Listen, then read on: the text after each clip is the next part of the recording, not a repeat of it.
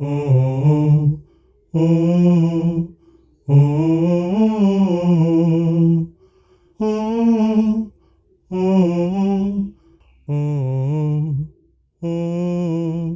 oh,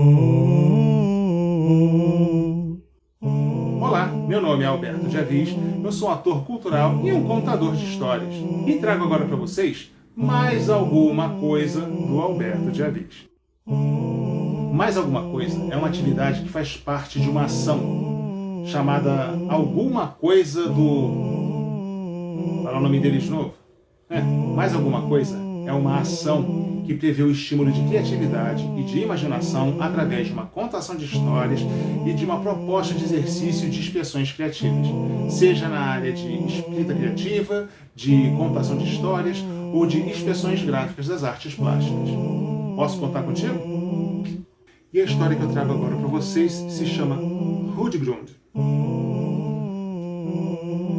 Lá dentro, nas profundezas da floresta de Ascar, encontrava-se um mago que se refugiava na caverna Owen, e todas as pessoas de todos os reinos, tanto o reino que pertencia à floresta quanto os reinos próximos, sempre passavam por lá porque sabiam que ele era um mago muito poderoso e ele conseguia resolver muitas coisas através de seus encantamentos e poções. Mas ele preferia ficar sozinho. Ele não queria que qualquer magia, qualquer trabalho, qualquer feitiço que ele faça pudesse fazer mal a alguma pessoa que, de repente, que porventura ele acompanhasse. A certo dia, ele se surpreendeu com uma presença, uma moça muito bonita chamada Hudgrund. Ela foi agradecer ao mago por uma poção que ele criou para salvar uma tia que estava gravemente enferma e que, de outra forma, ela seria execrada da sua vila por conta do grau da sua enfermidade. Hudgrund foi agradecer, ele trouxe flores de avenca, trouxe diversos outros itens que geralmente se utilizam para agradecimento a esse mago, porém ela também ficou com um presente por ordem da sua própria tia. Mas o mago se afeiçoou a essa garota pensando nas possibilidades que ela poderia ter, até porque ele viu ela de um certo modo que não era uma garota comum, não era uma garota normal, como as outras garotas que frequentavam as vilas próximas da sua caverna. Passado um certo tempo, eles criam uma afeição mútua, como de um tutor e a sua pupila, e ela passou a ajudar o mago a cuidar de todas as demandas dos aldeões próximos, dos reis que vinham visitar buscando soluções milagrosas. E elas, junto com o mago, sabiam identificar quais são os poções, quais são os problemas, quais são as demandas e a sazonalidade dessas demandas. Mas também Hudgrund percebeu que o tempo passava-se. Para ela não era tanto problema porque ela era jovem, mas o mago já tinha uma certa idade. E ela ficava preocupada por ele até se queixar algumas vezes com ela de que o tempo passaria e ele não estaria para ajudar mais as pessoas. Nisso, Hudgrund, muito esperta, muito traquina, começou a vasculhar todos os livros, todos os escritos que haviam na caverna para encontrar alguma solução que fizesse o tempo dar uma parada, que fizesse o tempo parar, para que o mago continuasse a trabalhar e a ajudar as pessoas. Ela encontra um livro específico na qual tinham alguns dados. O livro está quase que aparecendo como algo a ser descoberto por ela. Ela fez as anotações dela sobre tudo aquilo que ela leu no livro e passou a sua missão. A primeira seria invocar um anjo, o qual veio conversar com ela, ela se fingindo muito aflita, a qual ela pousa o seu rosto sobre o colo do anjo, desesperada, e rouba-lhe um beijo. Só que o anjo ficou desesperado porque ele sequer podia tocar o chão. Quanto mais receber um beijo de uma humana, e desesperado ali no seu desespero, na sua ansiedade, sem saber o que fazer, ele se atira no penhasco, sem usar as próprias asas. Quando Hudgrund chega na beira do penhasco e observa o anjo caído, ela olha na sua mão. Ela tem duas penas tiradas das asas do anjo justamente quando ele perdeu essa inocência provocada por ela. Ela volta para a caverna com as suas penas colocadas numa algibeira e começa a fazer um encantamento. Cria um círculo de fogo próximo a ela e faz alguns conjuramentos. O círculo de fogo vai se extinguindo, até que uma brisa muito fria atravessa a caverna. Quando Hildegard percebe, está uma figura impoluta atrás dela. Era a própria morte. Hildegard tinha feito um encantamento para invocar a morte e fazer um questionamento a ela. A morte, ríspida como sempre e direta, perguntou o que ela queria, o que Hildegard queria com ela. Hildegard, sem pestanejar, num movimento muito rápido, pega uma das suas penas e rasga-lhe a garganta da morte, que cai combalida. Hildegard tinha descoberto uma maneira de conquistar a morte.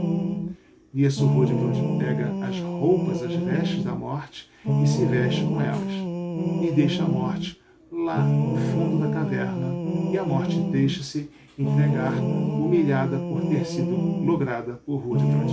E eis que o mago está nos seus afazeres, lendo suas poções, vendo o que tem que resolver para aquele período, e não percebe a presença de Hildegard atrás dele. Hildegard ainda tenta falar com ele, mas ele não presta atenção, até que no momento ela sussurra suavemente para o mago e quer a sua atenção. O mago vira-se e fica espantado, porque está lá Hildegard com as vestes da morte. E eis que Hildegard fala que, a partir de hoje, a morte se chamará Hildegard.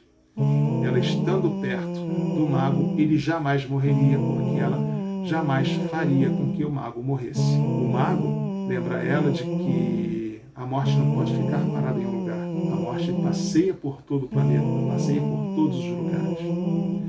Nisso, Hildegard dá um beijo no rosto do mago e despede-se, chorosa, andando pela paisagem. Nisso, o mago se recompõe do susto que teve, pega um caderninho no alto das suas pilhas de anotações, pega a pena que estava recém-manchada de sangue e risca uma palavra nesse caderno: imortalidade. E ele pousa seus olhos na palavra que está seguinte a essa recém-riscada: juventude eterna.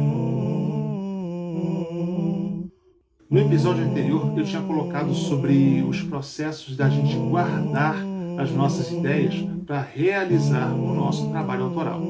Agora eu vou dar umas diquinhas sobre como a gente desenvolve o meio, como a gente faz, como a gente realiza esse projeto, esse trabalho autoral. Tomando por base um pouco a escrita criativa, o que eu coloco sempre é o seguinte: não há necessidade de você querer criar algo novo, muito novo, criar uma novidade completa. Mas, se você tiver um ponto de vista específico sobre algum fato, com certeza esse fato vai se tornar um novo produto criativo, e dessa forma você vai conseguir ter um produto autoral com características próprias, mesmo versando sobre qualquer assunto que já tenha acontecido ou sobre alguma coisa que já tenha sido realizada. Nisso daí, o que eu coloco é que para a escrita criativa, a boa história é aquela história que você se diverte fazendo, aquela história que você não somente se empenha, mas que você tenha prazer em realizar. E isso a gente pode colocar para todos os tipos de artes. Qualquer coisa que você faça muito obrigado não é tão interessante, Você se sente obrigado a fazer, a cumprir aquela tabela, e as pessoas que vão receber aquilo, seu público, também vai sentir que você fez aquilo por obrigação, Então, se você tiver prazer em fazer, se você tiver vontade de fazer, se você se divertir, a palavra é essa, se divertir fazendo o seu trabalho, as pessoas que vão ver o seu material autoral também vão se divertir absorvendo esse conteúdo.